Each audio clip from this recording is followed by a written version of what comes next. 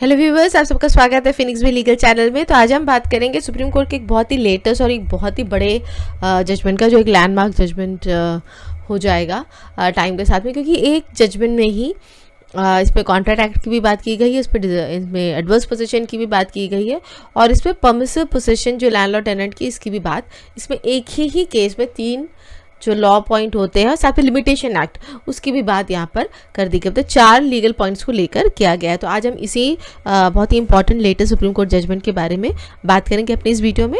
Video को start करने से पहले एज यूजुअल मैं आप सबसे रिक्वेस्ट करती हूँ कि मेरे चैनल को लाइक शेयर सब्सक्राइब ज़रूर कीजिएगा। फिनिक्स पे लीगल जो है वो बहुत सारे civil court practice, civil criminal contract drafting और बहुत सारे मेंटोरशिप के प्रोग्राम, साथ ही साथ में लीगल एडवाइस भी प्रोवाइड करवाता है। तो सारे चीज़ों का डिस्क्रिप्शन जो है वो डिस्क्रिप्शन बॉक्स में दिया गया है, आप वहाँ से जाकर कोई भी जो सेवा है वो ले सकते हैं। तो चलिए स्टार्ट करते हैं वीडियो को। तो जो केस का नाम है वो है Neelam Gupta and others versus Rajendra Kumar Gupta and others. इसका केस नंबर है सिविल अपील नंबर 3159-3160/2019। ये डिटेल भी मैंने डिस्क्रिप्शन बॉक्स में डाल दिया, आप चाहे तो उसको लेके जजमेंट को पढ़ सकते हो। जजमेंट को पढ़ने का मैं ज़रूर बोलूँगी उन लोगों के लिए पढ़े, क्योंकि जजमेंट बहुत ही लीगली जजमेंट है। मतलब एज ए लॉयर भी जब मैं उस जजमेंट को पढ़ रही हूँ तो it's very difficult to understand in the sense कि इट्स मतलब बहुत ही जो जजमेंट जो लिखा गया है वो बहुत ही लीगली तैयार तरीके से लिखा गया। बहुत बोलोगे जजमेंट होता तो लीगली ही होता है, लेकिन कुछ जजमेंट होते हैं which is easy to understand. This judgement is not one of those, बहुत लेंथी भी है। एट द सेम टाइम थोड़ा सा पेशेंस चाहिए होता है जजमेंट को समझने के लिए। बट एनीवेज जो पढ़ना चाहते हैं ऑब्वियसली पढ़िए, बहुत ही अच्छा जजमेंट है, बिकॉज ये लैंडमार्क जजमेंट। अब हम आ जाते हैं इस केस के फैक्ट्स ऑफ द केस पे। फैक्ट्स ऑफ द केस इस केस का ये होता है कि वो भी थोड़ा सा कॉम्प्लिकेटेड है, लेकिन अगर मैं सिंपल 2 लाइन या 3 लाइन में बताना चाहूँ तो समझिए एक जॉइंट प्रॉपर्टी थी। उस प्रॉपर्टी का ओरल पार्टीशन हुआ था। उस बीच पे एक पार्टी जो होती है एक शेयर ऑफ प्रॉपर्टी को सेल डीड कर देती है, एक माइनर को सेल डीड कर देती है। उसके बाद में केस होता है, अब रिकवरी ऑफ पोजीशन का, अपना पोजीशन वापस लेने का केस फाइल होता है, जिसमें जो दूसरी पार्टी होती है वो ग्राउंड लेती है एडवर्स पोजीशन का कि हमारे पास ये प्रॉपर्टी 12 साल से ऊपर की है। साथ ही साथ में लिमिटेशन एक्ट की भी बात करती है, क्योंकि केस किसने फाइल किया था, उस माइनर ने फाइल किया था। जब वो बड़ा हो जाता है तो ये बोला गया था कि आपके पास अभी अधिकारी नहीं है हमारे पास केस फाइल करने का, और एडवर्स पोजीशन का लिया गया था। साथ ही साथ में लैंड ऑन टेनेंट का भी एक एंगल इसमें आया कि कुछ दुकान भी थी इस प्रॉपर्टी में और उसका भी बहुत दिन से कब्जा था। तो ये तो मैं मोटा मोटा आपको फैक्ट्स ऑफ द केस समझा देती हूँ, क्योंकि अगर बहुत डिटेल में फैक्ट्स ऑफ द केस भी पढ़ने चले तो वो भी कन्फ्यूजन को लीड आउट करता है। अब हम आते हैं लॉ पॉइंट्स पर। इस केस में 3 लॉ को कवर किया गया। सबसे पहले section 11 of the Indian contract act को लिया गया है। इंडियन कॉन्ट्रैक्ट एक्ट के हिसाब से 3 जो सेक्शन 11 होता है उसमें 3 रिक्वायरमेंट होती है कोई भी कॉन्ट्रैक्ट पर जाने के लिए। एक तो आपको मेजर होना चाहिए, दूसरा साउंड माइंड होना चाहिए, और not disqualified by the law. अब आप पूछेंगे कि सेक्शन 11 के इस केस में क्या लेने देना। देखिए, जो केस जो फाइल हुआ था वो माइनर ने फाइल किया था रिकवरी ऑफ पोजीशन का। डिफेंडेंट का ये भी एक उसमें से एक डिफेंस था कि जो ये माइनर था, क्योंकि जब माइनर रहते वक्त इसको प्रॉपर्टीज़ के नाम पे की गई थी, तो ये इंडियन कॉन्ट्रैक्ट एक्ट के हिसाब से ये वैलिड पर्सन नहीं है प्रॉपर्टी लेने के लिए। तो ये सेक्शन 11 का डेफिनेशन भी इस जजमेंट में किया गया है। अब आते हैं दूसरे लॉ पे। ट्रांसफर ऑफ प्रॉपर्टी एक्ट की यहाँ पे बात की गई है। सेक्शन 51 की यहाँ पे बात करी है कि वहाँ पे डेफिनेशन ऑफ सेल क्या है बताया गया, डिलीवरी ऑफ इमूवेबल प्रॉपर्टी का क्या बताया गया है, कॉन्ट्रैक्ट फॉर सेल, और साथ ही साथ में लास्ट पे जो एक्ट हम बात करते हैं वो है limitation act. Article 65 of the limitation act की बात होती है, जहाँ पे एडवर्स पोजीशन का जो 12 साल की जो बात होती है वो यहाँ पर की गई। तो ये 3 लॉ को लिया गया है इस केस में, और 3 लॉ को इस केस में कहीं ना कहीं इसका डिफाइन किया गया है। अब आते हैं कोर्ट का ऑब्जर्वेशन इस केस में क्या रहा है।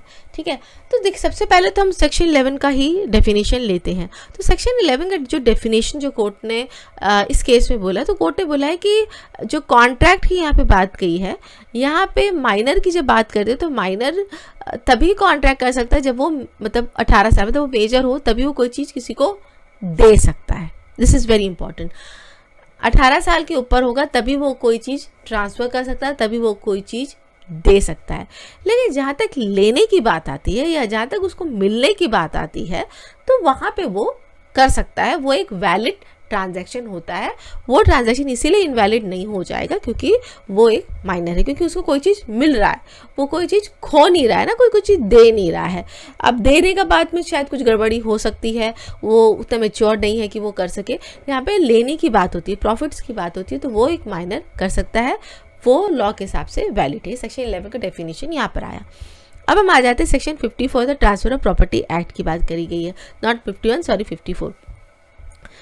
जो भी सेल जो होता है ट्रांसफर ऑफ प्रॉपर्टी एक्ट, वो एक्सचेंज ऑफ इस पे होता है, कंसिडरेशन अमाउंट पे होता है। तो इसी को साथ साथ में सेक्शन 11 को लेकर ही बोला गया है कि जो माइनर है he can be a transfer, मतलब ले सकता है। अगर वो दिया होता तो सेक्शन 54 के हिसाब से वो वैलिड नहीं होता, सेक्शन 11 के हिसाब से भी वैलिड नहीं होता है। ठीक है, अब यहाँ पे बाद में आ गई है लिमिटेशन एक्ट को लेकर। एक ग्राउंड उन्होंने ये भी लिया था कि ये प्रॉपर्टी तो हमारे पास में 12 साल से ऊपर में है, तो यहाँ पे एक कॉन्ट्ररी जिसे पर्वर्स, डेफिनेशन ऑफ पर्वर्स जिसे बोला जाता है, प्रिंसिपल ऑफ पर्वर्स बोला जाता है, उसको बताया गया है। पर्वर्स क्या बोलते हैं? पर्वर्स ये बोलता है कि आपने जो एविडेंस दिया है वो एविडेंस इसलिए नहीं लिया जा सकता क्योंकि आपने जो एविडेंस दिया है वो ही गलत एविडेंस दिया है, तो कोई गलत चीज़ के ऊपर में तो कोई जजमेंट नहीं दिया जा सकती है। तो जो प्रिंसिपल ऑफ पर्वर्स होती है वो एक बहुत डिफाइन करना होता है, थोड़ा समय लगता है उसको समझने के लिए, लेकिन अगर सिंपल शब्दों में बोलो तो कॉन्ट्रडिक्शन पे बात करती है कि आपने एक टाइम में एक बात बोली है और उसी टाइम पे आपने उस बात को कॉन्ट्रडिक्ट किया है, आपका एविडेंस उस टाइप का आपने एविडेंस दिया, उसको हम एक्सेप्ट नहीं कर सकते हैं। पर्वर्स की इसमें डेफिनेशन में आ जाता है। तो यहाँ पे क्यों आया वो प्रिंसिपल की बात? क्योंकि उन्होंने तो एक बार ये बोला कि ये तो जॉइंट प्रॉपर्टी है, साथ में मिलके लिया गया था ये प्रॉपर्टी, तो आपका वैसे भी उसमें ऑक्यूपेंसी राइट बनता है। अगर हम कोई प्रॉपर्टी जॉइंटली लेते हैं तो हमारा ऑक्यूपेंसी राइट उसमें बनता ही बनता है, मेरा अधिकार है। पार्टीशन, उसमें ओरल पार्टीशन की बात भी गई थी। जब आप ये बात कर रहे हो तो वहाँ पे एडवर्स पोजीशन की बात कहाँ पे आ जाती है? राइट, या तो आप ऑक्यूपेंसी का ग्राउंड लो या फिर आप एडवर्स पोजीशन का ग्राउंड लो। अब दोनों ग्राउंड एक साथ नहीं ले सकते हो क्योंकि वो दोनों ही ग्राउंड एक दूसरे के टोटली विपरीत में जाते हैं। ऑक्यूपेंसी राइट जो है वो पॉजिटिव राइट है, एडवर्स पोजीशन जो होता है वो नेगेटिव राइट है। कैसे? ऑक्यूपेंसी राइट में मेरा राइट बनता है, भाई legally I have a right to get that property, मेरा लॉ के हिसाब से अधिकार है। एडवर्स पोजीशन में आपको अधिकार इसलिए मिलता है क्योंकि जिसका प्रॉपर्टी था, जो एक्चुअल होना था, वो अपने अधिकारों का उपभोग नहीं कर रहा है, इंजॉयमेंट नहीं कर रहा है, उस वजह से आप उस चीज़ का उपभोग कर रहे हो। वो एज ए राइट आप क्लेम नहीं कर सकते हो अगर देखा जाता है तो लॉ के संज्ञा में वो एक नेगेटिव तरह का डेफिनेशन है। तो यहाँ पे एक तो वो बात बोलेंगे, साथ साथ लिमिटेशन एक्ट की बात कहाँ पर आई है? सेक्शन 12 को लेके, सेक्शन 12 को लेकर लिमिटेशन की बात कोर्ट ने इसमें यहाँ पे भी कहा गया, जो एडवर्स पोजीशन के लिए अलग से एक बात बोल दी गई है। एक तो कोर्ट ने ये बोला कि आपने प्रूव ही नहीं कर पाए हो कि आप एडवर्स पोजीशन में हो क्योंकि आपने ऑक्यूपेंसी का बात बोला, तो और अगर हम जो डॉक्यूमेंट दे रहे हैं उसके हिसाब से वो ऑक्यूपेंसी पे जाता है, एडवर्स पे नहीं आता है। फिर भी अगर आप एडवर्स पोजीशन का ग्राउंड अगर आप लेते भी हो तो एडवर्स पोजीशन का जो लिमिटेशन है, जो आपने बोला था कि ये अब कैसे आ सकता है, हमारे पास एडवर्स पोजीशन के हिसाब से भी 12 साल से ऊपर पे हम रह चुके हैं, तो एडवर्स पोजीशन का लिमिटेशन तब स्टार्ट होता है जब वो एडवर्स बनता है। एडवर्स इस केस में कब बना? वो लड़का माइनर था, चलिए आपने प्रॉपर्टी उस लड़के के मायने रहते वक्त से ही पकड़ी हुई है, अगर हम एडवर्स पोजीशन का डेफिनेशन पे हिसाब से एक आर्गुमेंट पे भी लेते हैं।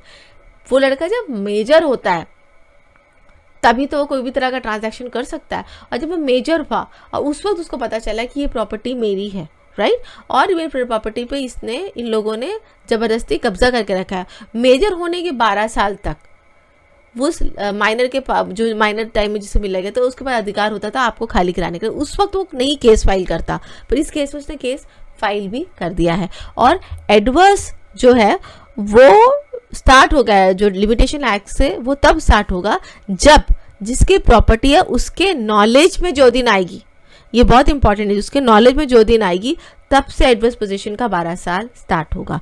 ये क्यों ज़रूरी है? क्योंकि कभी कभी हम ये बोलते हैं ना कि मैंने तो ये प्रॉपर्टी 20 साल से पकड़ी हुई है, ठीक है, एडवर्स पोजीशन में, लेकिन जो उसको एक्चुअल ओनर है, जिसके नाम में प्रॉपर्टी है, उसको वो बात पता चलकर ही 2 साल हुई है, तो आपको क्या 20 साल माना जाएगा कि वो 2 साल का माना जाएगा, है ना? तो यहाँ पे बहुत ही इम्पॉर्टेंट मैं बोलूँ अगर बाकी सारे पॉइंट्स को एक तरफ करूँ, एडवर्स पोजीशन का पॉइंट को एक तरफ, तो एडवर्स पोजीशन को लेकर ये जो लिमिटेशन एक्ट को लेकर जो डिफिनेशन दिया गया बहुत ही सिचुएशन को चेंज करने वाली बात हो गई है, राइट। तो आई होप व्यूवर्स आपको मैं आज का ये थोड़ा सा कॉम्प्लिकेटेड केस लॉ अपने सिंपल शब्दों में समझा पाई हूँ। अगर फिर भी किसी को कोई डाउट होता है तो प्लीज़ कमेंट सेक्शन में लिखिए। अगर लंबा जवाब होगा तो मैं अपने वीडियो पर जवाब दे दूँगी, अगर छोटा जवाब होगा तो मैं वहीं पर लिख दूँगी। तो आई होप आपको आज का वीडियो अच्छा लगे। अगर अच्छा लगे तो लाइक से सब्सक्राइब ज़रूर कीजिएगा। Thank you so much watching my video.